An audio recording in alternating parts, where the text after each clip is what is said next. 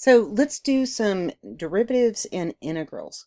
I have posted a more in-depth exploration of it, and if you really want it because you haven't taken calculus and so it'll help you help make more sense to you, then by all means go ahead and do it. This is just going to be a brief how-to, and I'm limiting it down to the things we're actually going to use. So it's very brief. Let me emphasize that. So derivatives, let's see.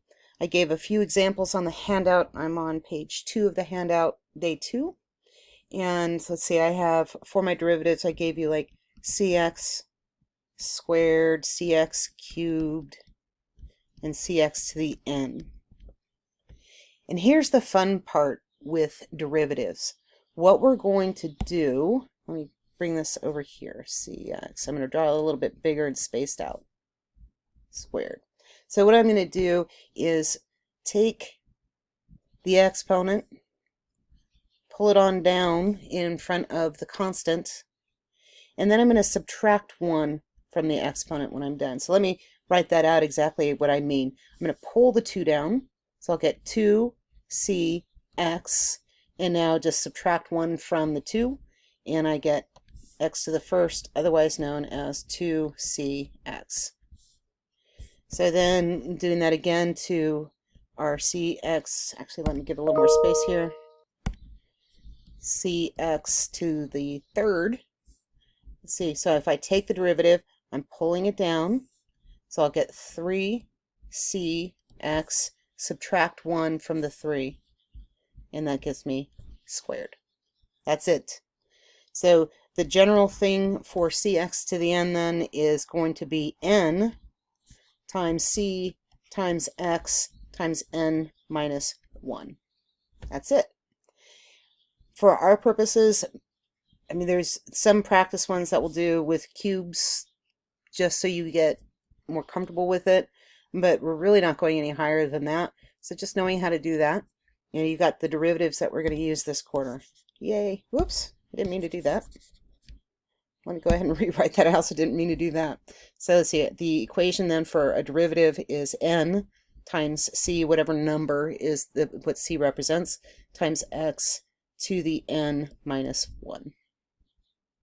And an integral is kind of like, they just call it an antiderivative. So I'm going to go in the reverse order. So again, if I have an integral of, I'm going to leave the c's out just to make life a little neater here, of x squared dx.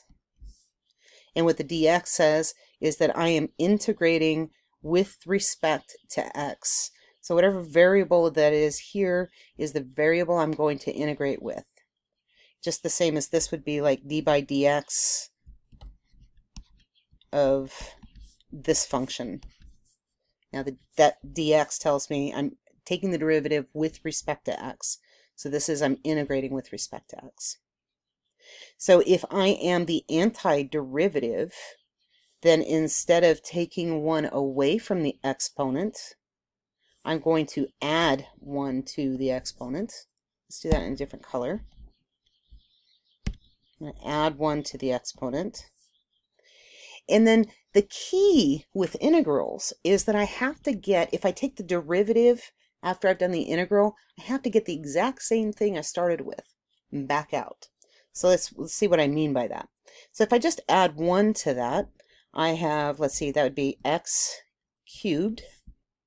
So now if I take the derivative of x cubed, I would get, so d by dx of x cubed gives me 3x squared. Well, I started off with x squared. Let's see, there we go. Trying to get it all around it. Started off with the x squared, but now I have this factor of 3. So in order to get back to the original equation, I have to make sure that I get rid of that 3. So when I integrate it, then I'm going to divide by my final exponent. So how can we do that? Let's just do that. See how that looks one more time. I'll do the integral of just x dx. So I'm going to come over here. I'm going to add 1 to the exponent. There is just a 1 up there. It's inferred. So I have x squared, and now I need to divide by that exponent over 2. And if they're indefinites, then all you mathy folks are like, ah, you got to have a C, you got to have a C. Okay, okay, okay, there it is. I wrote it down. What that C means, and I'm not erasing it because I'm dismissing the mathy folks, we're only going to worry about that when we're applying initial conditions to something. So if we're just looking at a general integral and we don't have any sort of initial conditions, then we're not going to worry about the plus C. So what I will tell you, and we're going to do some explicit practice with this so you can see it firsthand to know when it matters and when it doesn't. But a lot of physicists, when we're working with stuff like that, we tend to get a little lazy and not write in the plus C, but it does exist. Okay, so let's see, what pattern do we have here then? I'm taking here's my function. Here's my function. Let's see, I'm going to go, n is my initial exponent plus 1. So I'm going to add 1 to whatever the exponent is, and then I'm just going to divide by the same. That's it. So if I do this, let's see how that works. For my x squared, n plus 1, n is 2, plus 1 gives me 3, and I'm dividing by n plus 1, which is 3. So that's just a fancy way of saying this piece here. And that's it.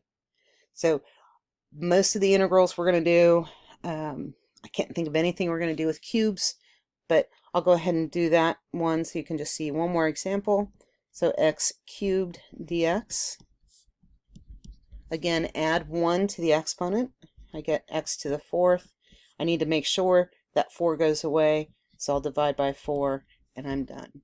And that's it. So this is probably the thing that causes so many students a lot of anxiety. And what I want you to do is just kind of keep this lecture in mind for how to do it, and then look at the other lecture that I just did, just posted with the graphs.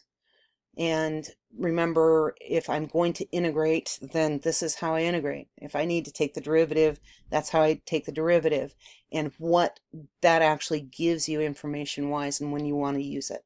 That's it.